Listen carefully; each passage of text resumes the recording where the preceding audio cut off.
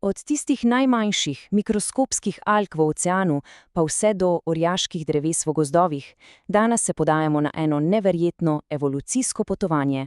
Spremljali bomo, kako so rastline pravzaprav zavladale našemu planetu. Poglejte, ko se ozremo po gozdu, kaj vidimo? Ogromna raznolikost, kaj ne? Visoka drevesa, pa potem praproti, mahovi. Na prvi pogled se zdi, da nimajo veliko skupnega, ampak kot bomo videli, jih vse povezuje ena sama res neverjetna evolucijska zgodba. Ampak kaj je tisto nekaj, kar pravzaprav povezuje alge, mahove in mogočne sekvojeve eno samo skupno?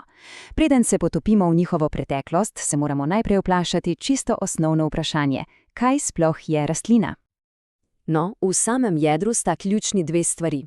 Prva je, da so zgrajene iz rastlinskih celic. To je osnova. Druga pa je, da so, recimo jim, neverjetni proizvajalci.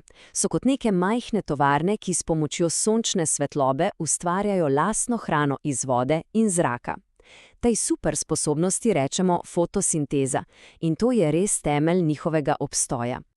In naše potovanje se, tako kot večina življenja na Zemlji, začne tam, kjer se je vse skupaj pravzaprav začelo – v vodi. Poglejmo si tale kontrast. Res je neverjeten. Na eni strani imamo mah, ki je ena od tistih bolj preprostih kopenskih rastlin, na drugi pa cvet, ki je praktično vrhunec kompleksnosti. Vprašanje je seveda, kako smo prišli od točke A do točke B. Vse se je začelo tukaj, s mikroskopskimi enoceličnimi algami. Dajmo si za trenutek predstavljati to učinkovitost. Ena sama samcata celica opravlja čisto vse funkcije, od prehranjevanja, dihanja do razmnoževanja, vse v enem. To je torej naša izhodiščna točka, sam začetek celotnega rastlinskega kraljestva. No, in te prve, najbolj preproste rastline, kot so recimo alge, združujemo pod enim imenom – stelčnice. Njihovo telo imenujemo stelka in je milo rečeno zelo enostavna. To pomeni, da ni nekih posebnih delov, ni pravih korenin, stebla ali listov. Vsak del telesa je bolj ali manj enak in opravlja podobne naloge. In tukaj pridemo do prve res velike ločnice. To je ključen trenutek v evoluciji rastlin. Na eni strani imamo torej te preproste stelčnice, na drugi strani pa brstnice.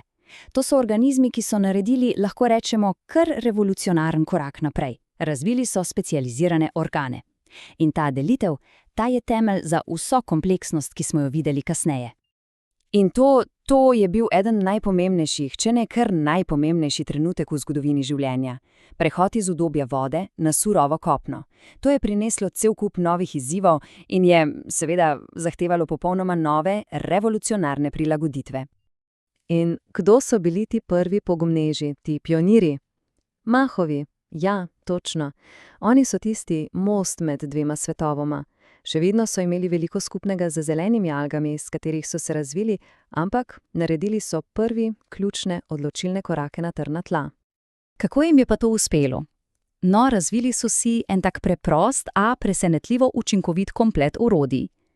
Namesto pravih korenin so imeli nekaj, čemu rečemo rizoidi, to je bilo za oprijemanje. Potem pa še preprosto stebelce in lističe. To so bili res prvi poskusi gradnje telesa, primernega za življenje na kopnem. Je pa res, da so bili za razmnoževanje še vedno popolnoma odvisni od vode. In ko so rastline enkrat osvojile kopno, se je začela, recimo temu, prava tekma v oblikovanju. Kdo bo imel boljši dizajn? Za preživetje in seveda za prevlado so preprosto potrebovale bolj kompleksna, bolj učinkovita telesa. In tukaj je ena res zanimiva stvar. Ta hierarhija gradnje. Predstavljamo si, da gradimo hišo. Imamo zidake, ki jih sestavimo v zid. Zidove sestavimo v hišo. No, pri rastlinah je zelo podobno. Posamezne celice se združujejo v tkiva. Različna tkiva potem sestavijo organe, kot so listi ali korenine. In vsi ti organi skupaj ustvarijo celotni organizem. To je pravzaprav osnovni načrt za gradnjo kompleksnega življenja. In ta načrt, ki je značilen za brstnice, se je izkazal za neverjetno uspešnega. Zakaj? Ker je vsak organ specialist za svojo nalogo. Korenine so zadolžene za sidranje in črpanje vode in hranil. Steblo je nosilec in hkrati transportni sistem, avtocesta za vodo in hrano. Listi pa, Ti so prave male sončne elektrarne, kjer se dogaja vsa čarovnja fotosinteze. In ta res briljantna zasnova omogoča neverjetno dolgo živost. Pomislimo samo, 8000 let. To je absolutno noro. To samo dokazuje, kako neverjetno robusten in učinkovit je ta telesni načrt, ki se je razvil že pred milijoni let in deluje še danes. Ampak popolnoma specializirano telo je samo polovica zgodbe. Manjkal je še en ključen del sestavljanja. Za resnično popolno prevlado na kopnem so rastline potrebovale še eno genialno inovacijo. Učinkovit način razmnoževanja, ki ni več odvisen od vode. In tu na sceno stopi cvet. In ne, cvet ni samo lep okras, daleč od tega. Je visoko specializiran, precizen reproduktivni stroj.